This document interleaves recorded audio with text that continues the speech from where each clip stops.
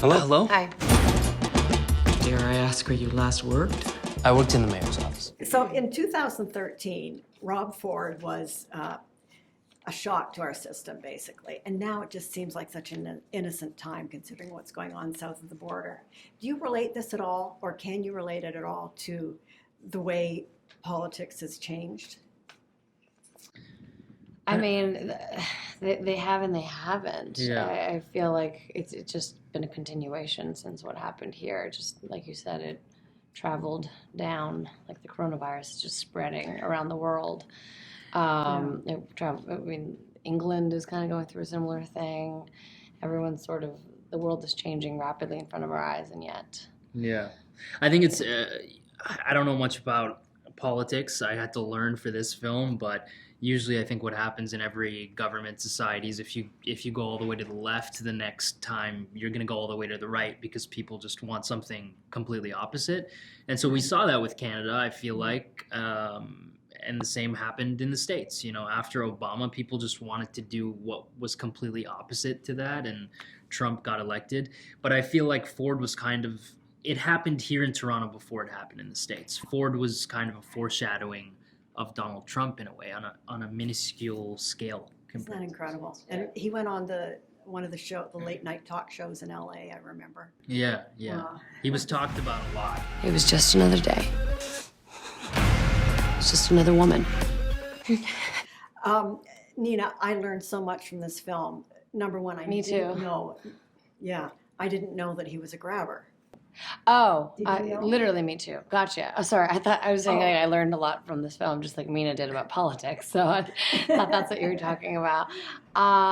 Yeah, I mean, I also learned about that. I mean, I'd heard the interview that he did in a clickbait capacity, but then watched the full video and sort of did a deep dive. And yeah, it was kind of crazy. What's interesting about this film is it highlights that wasn't just happening. It doesn't happen in one industry. It didn't just happen in Hollywood. It didn't just happen with politics. It's happening in all the industries all over the world. So that's why I thought it was important to tell the story and keep that conversation going. Exactly, and I think that's a very good thing. And also, Mina, I certainly didn't know, and I don't think many people did know, that he had an executive assistant who was basically his proxy. Yeah, well, I think what we're saying is that the events in the film are factual, the characters are not. So Kamal, for example, is really an amalgamation of Right. special assistants that Rob Enablers. Ford had, Yes. and he had a lot of them during his time as mayor, but he did certainly have people behind the scenes who kind of, tried to protect him, essentially. Bram, Ben Platt's character, represents the side that's trying to break the story, and Kamal and Ashley represent the side that are trying to protect Rob Ford. So it has this very large theme of morals, your personal morality versus ambition.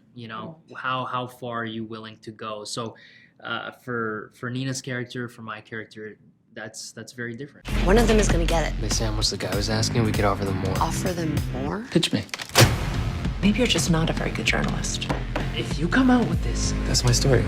This is insane. Yeah, and you can see they're struggling because they want to I think they want to make a difference somehow, wherever they might be able to squeeze a bit of a difference in.